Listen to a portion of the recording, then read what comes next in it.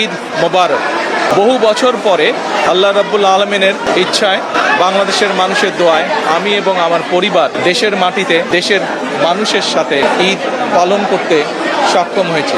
তার জন্য আমি প্রথমেই আল্লাহ রাব্বুল আলামিনের দরবারে শুকরিয়া আদায় করছি। যে তারেক রহমান জাতীয় ঈদগাহতে ঈদের নামাজ আদায় করতে গেছেন, সেখানে রাষ্ট্রপতি আছেন, মির্জা ফখরুল ইসলাম আলমগীর আছেন, একজন বাদে বাকি সবাই চেয়ারে বা টুলে বসা। যেমন রাষ্ট্রপতিকে দেখছি টুলে বসা, মির্জা ফখরুল ইসলাম আলমগীরকে দেখছি চেয়ারে বসা, পাশে আব্দুল সালাম তিনিও চেয়ারে বসা, এমনকি তারেক রহমানের ওই পাশে কিন্তু মাঝখানে বসে আছেন, মানে একেবারে মাটিতে, তিনি হচ্ছেন প্রধানমন্ত্রী তারেক রহমান। আমি আমার ভিডিওটা নিশ্চয়ই ভালোভাবে দেখাবে, দেখেন তো। আসসালামু আলাইকুম ওয়া রাহমাতুল্লাহি ওয়া বারাকাতুহু। দেশ ও দেশের বাহিরে দূর দূরান্ত থেকে যারা ভিডিওটি এই মুহূর্তে দেখছেন, ভিডিওটি প্লে করেছেন, তাদেরকে অনুরোধ করব দয়া করে পুরো ভিডিও সম্পূর্ণ ধৈর্য সহকারে দেখবেন। খুবই গুরুত্বপূর্ণ এবং অত্যন্ত ইম্পর্ট্যান্ট ভিডিও নিয়ে উপস্থিত হয়েছি আপনাদের মাঝে, প্রিয় দর্শক। সম্মানিত বন্ধুগণ, দর্শক শ্রোতা মণ্ডলী, ব্যক্তিগতভাবে আমি এমনই একজন রাষ্ট্রপ্রধান চেয়েছিলাম। আজকে সত্যিকার অর্থেই গর্বিত আমি আমাদের মাননীয় প্রধানমন্ত্রী জনাব তারেক রহমানকে পেয়ে সত্যিকার অর্থেই আমি গর্বিত। তার মতো একজন নেতা, তার মতো একজন প্রতিনিধি পেয়ে আমরা সত্যিকার অর্থে ভাগ্যবান। প্রিয় দর্শক শ্রোতা মণ্ডলী, আজকে ঈদের দিনে আমাদের মাননীয় প্রধানমন্ত্রী জনাব তারেক রহমানের কিছু কর্মকাণ্ড দেখে সত্যি আমি মুগ্ধ হয়েছি। তিনি সংবাদ সম্মেলনে বা সাংবাদিকদের উদ্দেশ্যে বক্তব্য দিতে গিয়ে কিছু কথা বলেছেন। তিনি বলেছেন, দীর্ঘ প্রায় 17 বছর পরে মহান আল্লাহ পাক রব্বুল আলামিনের অশেষ মেহেরবানিতে সপরিবারে দেশে ঈদ উদযাপন করতে পেরেছেন তিনি। এজন্য আল্লাহ পাক রব্বুল আলামিনের কাছে লাখো কোটি শুকরিয়া জানিয়েছেন এবং আল্লাহর শুকরিয়া যাপন করার পরে তিনি আরও বেশ কিছু গুরুত্বপূর্ণ বিষয়ে কথা বলেছে। এছাড়াও আমরা দেখতে পেরেছি যে পুলিশ কনস্টেবল থেকে শুরু করে সেনাবাহিনীর মেজর পর্যায়ে কিংবা সাধারণ ছোট বাচ্চা থেকে শুরু করে সাধারণ মানুষের সঙ্গেও তিনি কোলাকুলি করেছেন ঈদ নামাজ শেষে। এরকম দৃশ্য এর আগে কি আমরা কখনো দেখেছি? একজন প্রধানমন্ত্রী সাধারণ মানুষের সঙ্গে মিশে হাতে হাত মিলিয়ে মোসাফা করে তাকে বুকে টেনে নিতে আমরা দেখেছি এর আগে কোনো? এরকমটা আমরা এর আগে দেখতে পারিনি। কিন্তু এছাড়াও যখন নামাজের সময়, ঈদের নামাজের সময় সকলেই বসেছিল চেয়ারে কিংবা টুলে, সচরাচর আমরা দেখতে পারি যে রাষ্ট্রপতি এবং প্রধানমন্ত্রী এর আগেও আমরা দেখেছি যে তারা চেয়ারে বসেছিল। কিন্তু এবারে এক নতুন দৃষ্টান্ত স্থাপন করেছে মাননীয় প্রধানমন্ত্রী জনাব তারেক রহমান সাহেব। তিনি মাটিতে বসে নামাজ আদায় করেছেন। তিনি সবার সঙ্গে মিশে গিয়েছেন রীতিমতো, কোনো ভেদাভেদ নেই। প্রিয় দর্শক শ্রোতা মণ্ডলী, চলুন কথা না বাড়িয়ে আমাদের প্রধানমন্ত্রী তারেক রহমান সাহেবের কয়েকটা বক্তব্য শুনি এবং আজকে ঈদের দিন কিভাবে তিনি মানুষের সঙ্গে, আপামর জনতার সঙ্গে মিশে কিভাবে সুন্দর আচরণ করলেন, তার যে ব্যবহারটা সেটা আপনারা দেখুন। দেখলে সত্যিকার অর্থে শীতল হয়ে যাবে, কলিজারা ঠান্ডা হয়ে যাবে। বলবেন সত্যিকার অর্থে এরকম নেতাই আমরা চেয়েছিলাম। 36 বছর পর জাতীয় ঈদগাহে একসাথে ঈদের নামাজ আদায় করেন রাষ্ট্রপতি ও প্রধানমন্ত্রী, যা অন্যরকম আবহের সৃষ্টি করে। ঈদের সকালে প্রকৃতিও শান্তির সুবাতাস ছড়িয়েছে। নারীদের জন্য আলাদা প্যান্ডেলের ব্যবস্থা করা হয়। দূর দূরান্ত থেকে নামাজ পড়তে আসেন তারা। ভেতরে জায়গা না পেয়ে বাইরেই নামাজ আদায় করেন অনেকেই। হাদিস আসছে যে এরকম উন্মুক্ত ময়দানে ঈদের নামাজ পড়ো। এইখানে সবার সাথে পড়ার মধ্যে যে আনন্দটা আছে, বাসায় তো আর সেই আনন্দটা নেই। ঈদের জামাত দেখতে আসেন অনেক বিদেশি। বাংলাদেশের মানুষের ধর্মীয় সম্প্রীতি দেখে অভিভূত তারা। Atmosphere here, it's beautiful, and the people also. I like it. Eid Mubarak. Eid Mubarak. Eid ul ফিতরের নামাজের প্রচলন শুরু হয় 624 খ্রিস্টাব্দে হযরত মুহাম্মদ সাল্লাল্লাহু আলাইহি ওয়াসাল্লাম মদিনায় হিজরতের পর রোজা ফরজ করলে সেই থেকে ঈদের নামাজ আদায় করে আসছেন ধর্মপ্রাণ মুসল্লিরা। সকাল 8:30টায় ঈদের জামাত অনুষ্ঠিত হয়। ইমামতি করেন বায়তুল মোকাররম জাতীয় মসজিদের খতিব মুফতি আব্দুল মালেক। ঈদগাহে একসাথে 35,000 মানুষের নামাজের ব্যবস্থা করা হয়। প্যান্ডেলের বাইরেও অনেক মুসল্লি অবস্থান করেন, তবে এবার মানুষের সংখ্যা তুলনামূলক কম ছিল। নামাজ শেষে দেশ ও মানুষের কল্যাণে মোনাজাত করা হয়। وعلى آله وصحبه أجمعين والحمد لله رب العالمين। পরে রাষ্ট্রপতি প্রধানমন্ত্রী সাধারণ মানুষের সাথে কুশল বিনিময় করেন।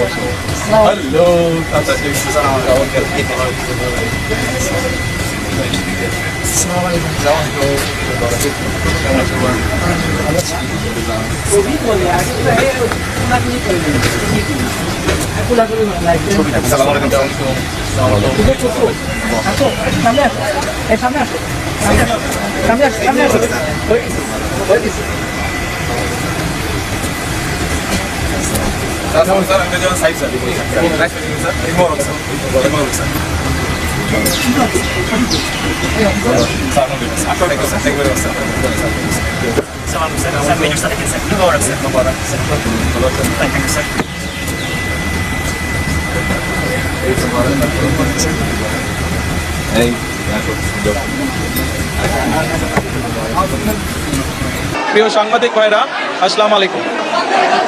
আপনাদেরকে এবং আপনাদের মাধ্যমে প্রিয় দেশবাসীকে আমি আবারও আজকের পবিত্র ঈদ উল ফিতরের ঈদ শুভেচ্ছা জানাচ্ছি। ঈদ মোবারক। বহু বছর পরে আল্লাহ রাব্বুল আলামিনের ইচ্ছায়, বাংলাদেশের মানুষের দোয়ায় আমি এবং আমার পরিবার দেশের মাটিতে দেশের মানুষের সাথে ঈদ পালন করতে সক্ষম হয়েছে।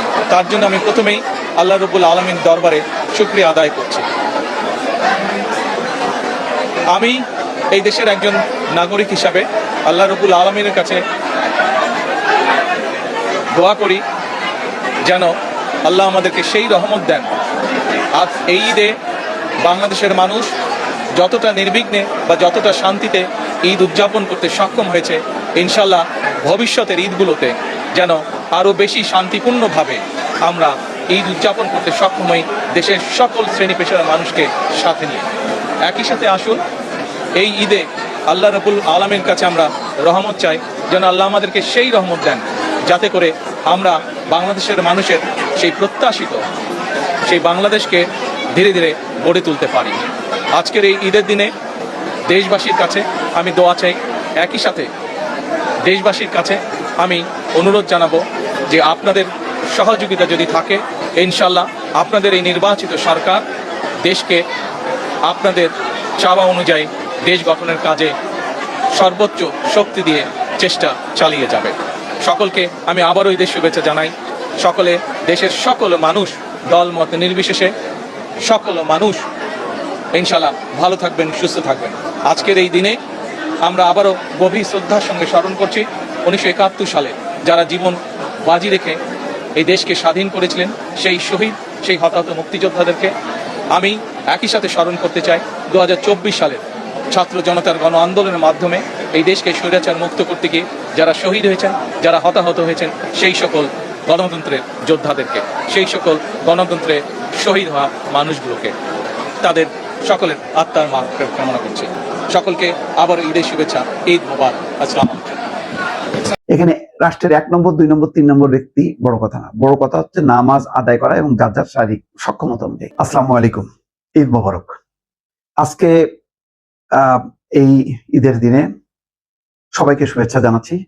বারবার মনে পড়ছে মধ্যপ্রাচ্যের মুসলমানদের কথা, বিশেষ করে গাজা, ফিলিস্তিন, ইরান এবং মধ্যপ্রাচ্যের অন্যান্য দেশ। কারোর জীবনে শান্তি নেই, স্বস্তি নেই, অপ্রত্যাশিত একটা যুদ্ধ। বাংলাদেশ প্রসঙ্গে আসি। আজকে আমার একটা অন্যরকম অভিজ্ঞতা। একটা কার্ড পেয়েছিলাম প্রধানমন্ত্রী তারেক রহমানের সঙ্গে ঈদের শুভেচ্ছা বিনিময় যমুনায়। সকাল 10টা, 9:30 দিকে রওনা হয়েছে ইন্টারকন্টিনেন্টাল হোটেলের সামনে, সাবেক শেরাটনের।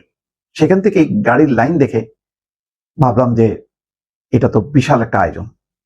আরো কিছু দূর যে যখন ওই মোড়টাতে দেখলাম যমুনার আগে যে বড় একটা মোড় পড়ে, সেখানে গাড়ির জট এবং লম্বা লাইন, মানে যমুনারও অনেক দূর থেকে, তখন চিন্তা করলাম যে না, এখন সেই বয়সও নাই।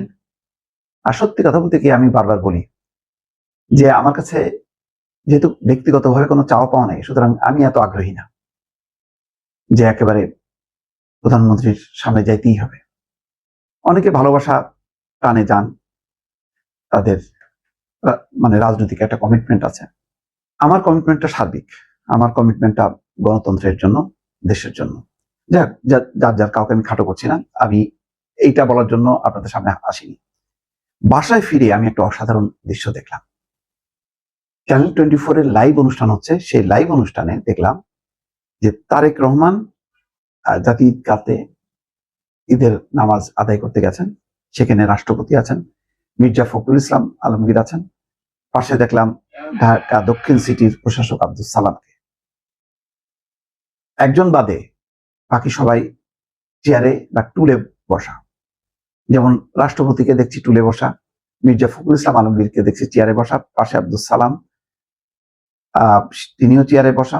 এমনকি তারেক রহমানের ওই পাশে, এটা কি জ্বালানি কিনা, ফাউজুল হক কিনা, যোগাযোগ সাবেক উপদেষ্টা, কিন্তু মাঝখানে বসে আছেন, মানে একেবারে মাটিতে, তিনি হচ্ছেন প্রধানমন্ত্রী তারেক রহমান। এইরকম দৃশ্য অকল্পনীয়। দর্শক, আমি আমার ভিডিওটা নিশ্চয়ই ভালোভাবে দেখাবে, দেখেন তো, এটা কল্পনা করা যায়? এখানে রাষ্ট্রীয় প্রোটোকল তিনি মানেননি। যার যার অবস্থান থেকে, যার যার শারীরিক অবস্থা অনুযায়ী আল্লাহর কাছে তারা ইবাদত প্রার্থনা করছেন, নামাজ পড়ছেন। এটি হলো এখানে মুখ্য বিষয়। এখানে প্রধানমন্ত্রী, নিশ্চয়ই প্রধানমন্ত্রী তো বলা যাবে না যে রাষ্ট্রের 1 নম্বর, রাষ্ট্রপতি 1 নম্বর, কিন্তু ক্ষমতা অনুযায়ী তো প্রধানমন্ত্রী 1 নম্বর, সবাই জানেন। তারপরে মির্জা ফখরুল ইসলাম আলমগীর, তিনি তো মন্ত্রী, দলের মহাসচিব, সিনিয়র মানুষ, আব্দুল সালাম। সব বিবেচনা করলে এখানে যেটা দাঁড়াচ্ছে যে এখানে রাষ্ট্রের 1 নম্বর 2 নম্বর 3 নম্বর ব্যক্তি বড় কথা না, বড় কথা হচ্ছে নামাজ আদায় করা এবং যার যার শারীরিক সক্ষমতা অনুযায়ী। তারেক রহমান মাটিতে বসে নামাজ পড়ার শারীরিক অবস্থা আছে, বাকিদের নেই। সুতরাং বাকিরা যে অবস্থান থেকে, সেই অবস্থান থেকেই তারা নামাজ আদায় করেছে। এখান থেকে যে বার্তাটা পাওয়া গেল, প্রোটোকলের থেকে বড় কথা হলো মানুষের মানবিকতা, একটা হলো মনুষ্যত্ব, তারপর হচ্ছে ধর্মীয় অনুভূতি, ধর্মীয় শিক্ষা এবং আদর্শ। এই সবগুলো ভালো জিনিস আজকে এই দৃশ্যের মধ্যে প্রতিফলিত হয়েছে।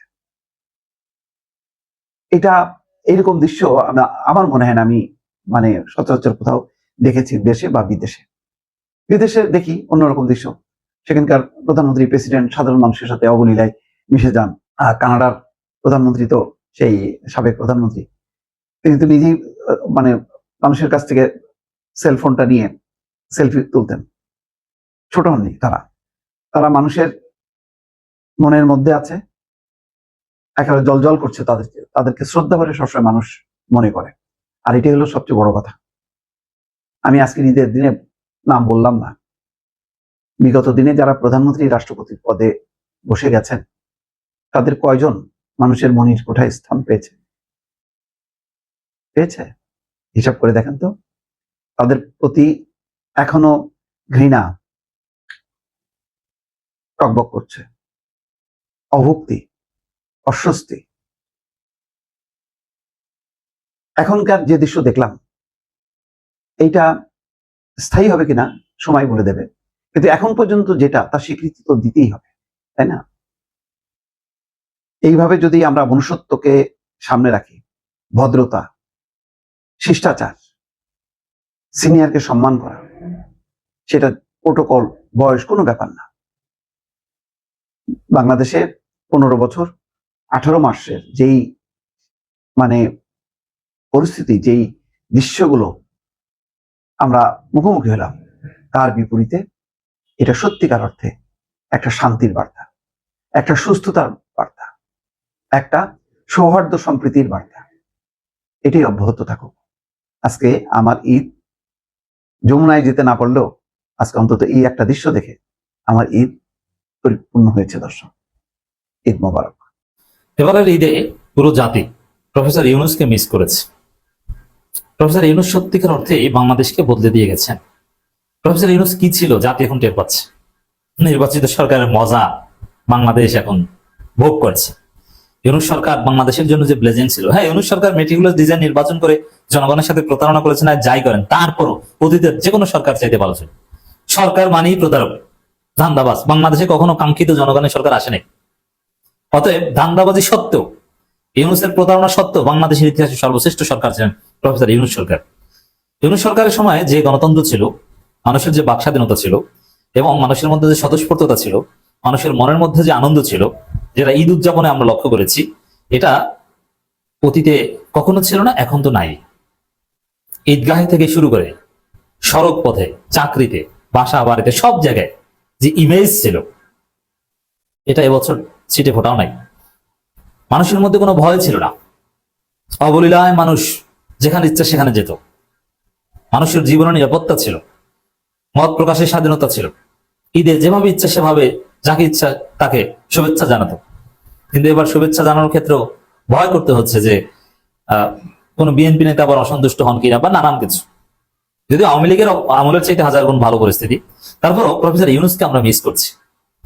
এবং নিঃসন্দেহে আপনাদের মনে আছে, ঠিক 1 বছর আগে ঈদের দিন প্রফেসর ইউনূসকে ঈদগাহে পেয়ে মানুষ স্লোগান দিয়েছিল, স্যার 5 বছর চাই, স্যার 5 বছর চাই। এবং জাতীয় মসজিদের খতিব মুফতি আব্দুল মালেক এবং প্রফেসর ইউনূসের যে মোলাকাতের দৃশ্য অসাধারণ। তারেক রহমানও চেষ্টা করেছেন, কিন্তু তার মাথায় টুপি নেই, কেমন যেন ইউনূসের মতো মানায় না। এবং জনগণের মুখে স্বতঃস্ফূর্ত হাসি নাই, যেটা ইউনূসকে দেখলে বা ইউনূসের আমলে ছিল। ইউনূসকে যেভাবে মানুষ কোর্ডিয়ালি গ্রহণ করতো, বা তার উপর আশা রাখতো, একটা ভরসা রাখতো, এবং দলমত নির্বিশেষে সমালোচনা করতে পারতো বা আশা করতে পারতো। প্রোটোকলের তেমন কোনো বাড়াবাড়ি ছিল না। এবার কিন্তু সেরকম নাই। মানুষ আগ্রহ করে অনেকে নামাজ পড়তে গিয়েছিল সেন্ট্রাল ঈদগায়, জাতীয় ঈদগায়, যে ইউনূসকে দেখবো। মানুষ যেভাবে সেলফি তুলেছিল, এবার কিন্তু সেরকম হয়নি। এবং বাংলাদেশের যে ঈদ সংস্কৃতি, আনন্দ মিছিল হবে, ঈদ মেলা হবে, আর কথা ইউনূসের আমলে এটা বাংলাদেশে আবার 210 বছর পর ফিরে এসেছে। এবং আওয়ামী লীগ আমলে যে কলকাতার সংস্কৃতি ছিল এবং সালাফি ট্রেন্ড ছিল, পেট্রো ডলারের চাপিয়ে দেওয়া ট্রেন্ড ছিল, এগুলো ইউনূসের আমলে উধাও হয়ে গেছে। পিওর বাংলাদেশি মুসলমানদের কালচার ফিরে এসেছে। সেটা এখনো অনেকটা বহাল আছে, বিএনপি ক্ষমতায় থাকলো। তারপরও ইউনূসের আমলের মতো নেই, এবং যতটুকু আছে সেটা ইউনূসের আমলে শুরু হয়েছে। দর্শক, প্রফেসর ইউনূস রাষ্ট্রপতি হয়ে ফিরতে পারেন, ফেরা উচিত, আমরা সেটা চাই। কারণ ইউনূস যেটা করে দিয়ে গেছেন, রাষ্ট্রপতি হয়ে বাকি কাজ সম্পন্ন করাটা, এটা জনগণের প্রত্যাশা। বিএনপির লোকজন সেটা চায়। বিএনপির লোকজন খুশি হবে, কারণ ইউনূস বিএনপিকে ক্ষমতা এনে দিয়ে গেছেন। বিএনপির লোকজন আর কোনো আক্ষেপ নাই ইউনূসের উপর। নির্বাচনের আগে ইউনূসের উপর বিএনপির লোকজনের সন্দেহ সংশয় ছিল এবং অনেক অভিযোগ ছিল, গালাগালিও করতো। কিন্তু যেহেতু ইউনূস বিএনপির হাতে ক্ষমতা দিয়ে গেছে, মেটিকুলাস ডিজাইন নির্বাচন করে, এই জন্য বিএনপির লোকজন তার উপর প্লেসড। বিএনপিও চায় যে ইউনূস রাষ্ট্রপতি হয়ে ফিরুক। তাহলে বাংলাদেশটা সত্যিকার অর্থে কিছু প্রতারণা, কিছু মেটিকুলাস ডিজাইন, ইলেকশন ইঞ্জিনিয়ারিং এর মধ্যেও আমরা ভালো থাকতাম, ভালো কিছু হতো। তো এবারের ঈদ অবজার্ভ করে আমার কাছে মনে হলো যে ইউনূস যদি রাষ্ট্রপতি হয়ে ফিরতেন, আজকে যদি তারেক রহমান জাতীয় ঈদগাহে নামাজ পড়তে গিয়েছেন, সেখানে যদি চুপ না থেকে ইউনূস থাকতো কত সুন্দর হতো। ইউনূস কোলাকুলি করতেন জাতীয় মসজিদের খতিবের সাথে, তারেক রহমান কোলাকুলি করতেন। বিকালে রাষ্ট্রপতির দরবারে প্রধানমন্ত্রীও যেতেন, বিরোধী দলীয় নেতা আমির জামাত ডাক্তার শফিকুর রহমানও যেতেন। কত সুন্দর দৃশ্য হতো। ইউনূস রাষ্ট্রপতি হলে তিনি এই আয়োজনটা করতেন। হ্যাঁ, বর্তমান যে চুপ্পু, তিনিও জামাতের লোকজনকে আজকে বিকেলে দাওয়াত দিয়েছেন, আমি জানি বিভিন্ন শ্রেণীর পেশার মানুষজন যাবে তার দরবারে। কিন্তু এটা আরো মানুষের হৃদয়ে রক্তক্ষরণ হয় চুপ্পুর সাথে ইন্টারেকশন দেখে। ইউনূস থাকলে কত সুন্দর দৃশ্য হতো এবং মানুষের একটা আস্থা থাকতো যে না, এই প্রফেসর ইউনূস আছেন, জুলাই সনদ হারিয়ে যাবে না, শহীদদের অপমান হবে না, জুলাইয়ের সাথে গাদ্দারি হবে না, একটা পর্যায়ে সঠিক লাইনে আসবেন। তাই ইউনূস কিন্তু আমাদেরকে ভুলেন নাই। নানান কথা ইউনূস পালিয়ে গেছেন না, যেহেতু বিএনপি সরকার আছে, ইউনূস পালাবেন কেন? কারণ ইউনূস তো বিএনপিকে ক্ষমতায় দিয়ে গেছেন। ইউনূস বলেন না, ইউনূস ঈদের শুভেচ্ছা জানিয়েছেন। আমি একটু দেরিতে হলো আপনাদের সেই শুভেচ্ছা পৌঁছে দিচ্ছি। পবিত্র ঈদুল ফিতরের উপলক্ষে প্রফেসর মোহাম্মদ ইউনূসের বার্তা। প্রায় 2 বিলিয়ন মুসলমান পবিত্র রমজান মাসের সিয়াম সাধনা শেষে ঈদুল ফিতর উদযাপন করছেন। এই উদযাপনের সময় আমার হৃদয় ও চিন্তায় রয়েছে ইরান, লেবানন এবং উপসাগরীয় অঞ্চলে সংঘাতের ক্ষতিগ্রস্ত লাখো মানুষ। একদম বিগিনিং এ মুসলিম উম্মার কথা চিন্তা করেছেন, ক্ষতিগ্রস্ত মানুষ, যুদ্ধ বিধ্বস্ত মানুষের কথা চিন্তা করেছেন, মানবতার কথা চিন্তা করেছেন। আসলে প্রফেসর ইউনূস একজন মানবতাবাদী নেতা, তিনি ভুলে যাননি। এবং ইউনূসকে ঘিরে আওয়ামী লীগের যে অপপ্রচার, তার মাধ্যমে প্রমাণিত হয় যে ইউনূস সঠিক, এখনো অপপ্রচার চালাচ্ছে। বিশেষ করে গত বছর ঈদে দোয়া করেছিলেন যে রোহিঙ্গারা যেন সামনের বছর ঈদ তার নিজ ভূমিতে আরাকানে আদায় করতে পারে। আর এতে আওয়ামী লীগের লোকজন অপপ্রচার চালাচ্ছে যে ইউনূস নাকি বলেছিলেন যে আগামী বছর ঈদ পালন করবে রোহিঙ্গারা মিয়ানমারে। না, এটা বলেন, তিনি দোয়া করেছেন। এই দোয়াকে প্রতিশ্রুতি হিসেবে আখ্যায়িত করে ইউনূসের বিরুদ্ধে প্রোপাগান্ডা চালাচ্ছে। এটাও ইউনূসের হক হওয়ার একটা প্রমাণ যে আওয়ামী লীগ তার পিছু ছাড়ছে না। অতএব ইউনূসকে রাষ্ট্রপতি করা দরকার। রাষ্ট্রপতি হয়ে যদি ইউনূস ফিরতেন, অসাধারণ হতো। সম্প্রতি ইরানের জনগণের উপর আরোপিত এক বিধ্বংসী যুদ্ধ, হাজারো মানুষ প্রাণ হারিয়েছে এবং লাখো মানুষ বাস্তুচ্যুত হয়েছে। এই ভয়াবহ সংঘাত এড়িয়ে শান্তিপূর্ণ পদক্ষেপের স্পষ্ট সুযোগ থাকা সত্ত্বেও সামরিক সংঘর্ষের পথে বেছে নেওয়া হয়েছে। প্রতিশোধমূলক পদক্ষেপের ফলে সৃষ্ট একের পর এক সহিংস ঘটনা এখন পুরো অঞ্চলে ছড়িয়ে পড়েছে, যা উপসাগরীয় বিভিন্ন দেশকে প্রভাবিত করেছে। তাই এই উদযাপনের দিন আমি আন্তরিকভাবে কামনা করি অবশেষে যেন শান্তির বিজয় ঘটে। ইউনূস বাংলাদেশেও শান্তি প্রতিষ্ঠিত করতে পারবেন তাকে রাষ্ট্রপতি করা হলে। বহু দশক ধরে পশ্চিম এশিয়াকে গ্রাস করতে থাকা সংঘাতের এই চক্রটির অবসান ঘটাতেই হবে। আমি প্রার্থনা করি ইরান, ফিলিস্তিন, লেবানন, উপসাগরীয় দেশসমূহ এবং ইসরায়েলের জনগণ যেন শান্তিপূর্ণ সহাবস্থানের একটি সম্মিলিত পথ খুঁজে পায়। বাংলাদেশের মানুষের কাছে এই উদ্বেগ গভীরভাবে ব্যক্তিগত। এদেশের কয়েক লাখ পরিবার এখন প্রবাসী কর্মরত, তাদের সন্তান, বাবা মা, স্বজনদের নিরাপত্তা নিয়ে আতঙ্কে দিন কাটাচ্ছে, দুঃখজনক। আরো নানান বিষয়ে কথা বলছেন। ইউক্রেন যুদ্ধ নিয়ে কথা বলছেন। বিশ্বের 8ম সর্বাধিক জনবহুল দেশের সাবেক সরকার প্রধান হিসেবে আমি সরাসরি দেখেছি যুদ্ধের কারণে বৈশ্বিক খাদ্য জ্বালানি বাজার অস্থির হয়ে পড়লে দারিদ্রতার বিরুদ্ধে লড়াই করা প্রায় অসম্ভব হয়ে পড়ে। এই ইউনূসের ফিলিংস, এই অভিজ্ঞতা থেকেও তাকে রাষ্ট্রপতি বানানোর প্রয়োজনীয়তা ফিল হয় এবং তার যে বাণী, এতে তাকে আন্তর্জাতিক নেতার মতো মনে হয়। তা আমি বিশ্বাস করতে চাই ইউনূস বাংলাদেশের রাষ্ট্রপতি হয়ে ফিরবেন অথবা জাতিসংঘের মহাসচিব হবেন। তার সেই যোগ্যতা আছে, তিনি সেটা ডিজার্ভ করেন। তারেক রহমান সম্পর্কে আমার ইমোশনে আমি তাকে যতটুক চিনি, যতটুক তার দলকে দেখেছি, যতটুক তার মা বেগম খালেদা জিয়াকে দেখেছি, সেই জায়গা থেকে আমি আহত না হয়ে পারি না। প্রধানমন্ত্রীর সঙ্গে সাবেক প্রধান উপদেষ্টার ঈদ শুভেচ্ছা বিনিময় ছোট্ট করে এই ডক্টর ইউনূস, এই বিচিত্র ইউনূস, সে তারেক রহমানের সঙ্গে যমুনায় দেখা করতে গেছে। প্রধানমন্ত্রী তারেক রহমানের সঙ্গে ঈদের শুভেচ্ছা বিনিময় করেছেন সাবেক অন্তর্বর্তী সরকারের প্রধান উপদেষ্টা ডক্টর মোহাম্মদ ইউনূস। শনিবার দুপুর 12:15টার দিকে রাষ্ট্রীয় অতিথি ভবন যমুনায় ঈদ শুভেচ্ছা বিনিময়ে প্রধান পরিবারের সদস্যরা উপস্থিত ছিলেন। পরবর্তী প্রেস সচিব আতিকুর রহমান রুমনি তথ্য নিশ্চিত করেছেন। ডক্টর ইউনূস ছাড়াও রাজনীতিবিদ, কূটনীতিক ও সিনিয়র সাংবাদিক সহ বিভিন্ন শ্রেণী পেশার মানুষ সেখানে উপস্থিত ছিলেন। প্রধানমন্ত্রী হিসেবে দায়িত্ব নেওয়ার পর এটিই তারেক রহমানের প্রথম ঈদ উদযাপন। তবে শুভেচ্ছা জানাতে ভোর থেকে যমুনায় প্রচুর ভিড় ছিল, সেসব কথা বলছি। আমি সোশ্যাল মিডিয়ায় যে ছবিগুলো দেখেছি এবং সাবেক বিতর্কিত, সমালোচিত ইউনূসের প্রেস সচিব, আমি জানি না এখন সে তার ব্যক্তিগত পাইক পেয়াদা কিনা, অন্তত মিডিয়া রিলেটেড পাইক পেয়াদা, সে তার ছবি দিয়েছে। শফিকুর রহমান সেখানে উপস্থিত ছিল এবং যমুনায় ডক্টর ইউনূসের সাথে দাঁতকে দিয়ে শফিকুর রহমানের ছবিও দেখেছি। আমি আহত হয়েছি যেই মানুষটা বাংলাদেশের এখন 99% মানুষ দিয়ে ঘৃণিত, যে মানুষটাকে দিয়ে বাংলাদেশের 16 কোটি মানুষ অপমানিত, লাঞ্ছিত, যেই মানুষটার কারণে আমেরিকার শেকলে বাধা পড়েছে বাংলাদেশ, সেই মানুষটাকে কি না ডাকলে চলতো না, জায়গা না দিলে চলতো না তারেক রহমানের। তারেক রহমান যে তার দল যে এত রাজনীতি বিরোধী, আওয়ামী লীগ বিরোধী, আওয়ামী লীগের মানুষজনকে তিনি কি এভাবে চাইলেই গিয়ে দেখা করতে দিতেন? আওয়ামী লীগের বহু ভিসি টিসি আনতেন, দেশে রয়ে গেছে, তিনি কি দেখা দিতেন? এই লোকটা সম্পর্কে বিএনপি ঘরানা যদি সত্যিকার ভাবে নিরপেক্ষ যাচাই করা হয়, বিএনপির 90% মানুষ ডক্টর ইউনূসকে পছন্দ করে না, ঘৃণা করে তার সময়ের মব সন্ত্রাসের কারণে, তার সময়ের ছাত্রদেরকে লেলিয়ে দিয়ে দেশটাকে নষ্ট করার কারণে। সেই ইউনূস ইনিয়ে বিনিয়ে দাঁত কেলিয়ে নামাজে গিয়েছিল কি? সেনা এই বছরে রোহিঙ্গাদের নিয়ে মিয়ানমারে নামাজ পড়ে, মিয়ানমার থেকে নামাজ পড়ে তারপরে ঢাকায় এসছে ফ্লাইটে, হেলিকপ্টারে উড়ে। এই লোক, ওই যে আমি শুরুতে জাবেরের কথা বলছিলাম না, এই লোকের ধর্ম নিয়ে মানুষের মধ্যে অসংখ্য সন্দেহ আছে, মানুষের মধ্যে সন্দেহ আছে এই লোক ক্ষমতায় আসার আগে সবশেষ কবে ঈদের জামাত পড়েছেন, কবে তাকে টুপি মাথায় দেখা গেছে। প্রিয় দর্শক, কি বলবেন আপনারা? অবশ্যই কমেন্ট করে জানাবেন আপনারা কি বলতে চান। আপনারা কি বলতে বাধ্য হচ্ছেন না যে সত্যিকার অর্থেই এরকম নেতাই আমরা চেয়েছিলাম? দীর্ঘদিন পর হলেও আমাদের আসলে ভাগ্য সার্থক হয়েছে, আমরা আমাদের মনের মতো একজন নেতাকে পেয়েছি। আশা করি আমাদের মাননীয় প্রধানমন্ত্রী জনাব তারেক রহমানের হাত ধরে বাংলাদেশের সুদিন ফিরে আসবে। সকল প্রকার ভেদাভেদ ভুলে গিয়ে দলমত নির্বিশেষে সকলে কাঁধে কাঁধ মিলিয়ে দেশ ও জাতির উন্নয়নে কাজ করবে। প্রিয় দর্শক শ্রোতা মণ্ডলী, আপনারা জানাবেন ব্যক্তিগতভাবে কি বলতে চান, আপনাদের কি বলার রয়েছে। মাননীয় প্রধানমন্ত্রী জনাব তারেক রহমানের আজকে এই দৃশ্যগুলো দেখে আপনাদের কেমন লেগেছে? আমার তো আসলে শুরুতেই বলেছিলাম যে কলিজাটা ঠান্ডা হয়ে গেছে, শীতল হয়ে গেছে যখন এই দৃশ্যগুলো দেখেছি।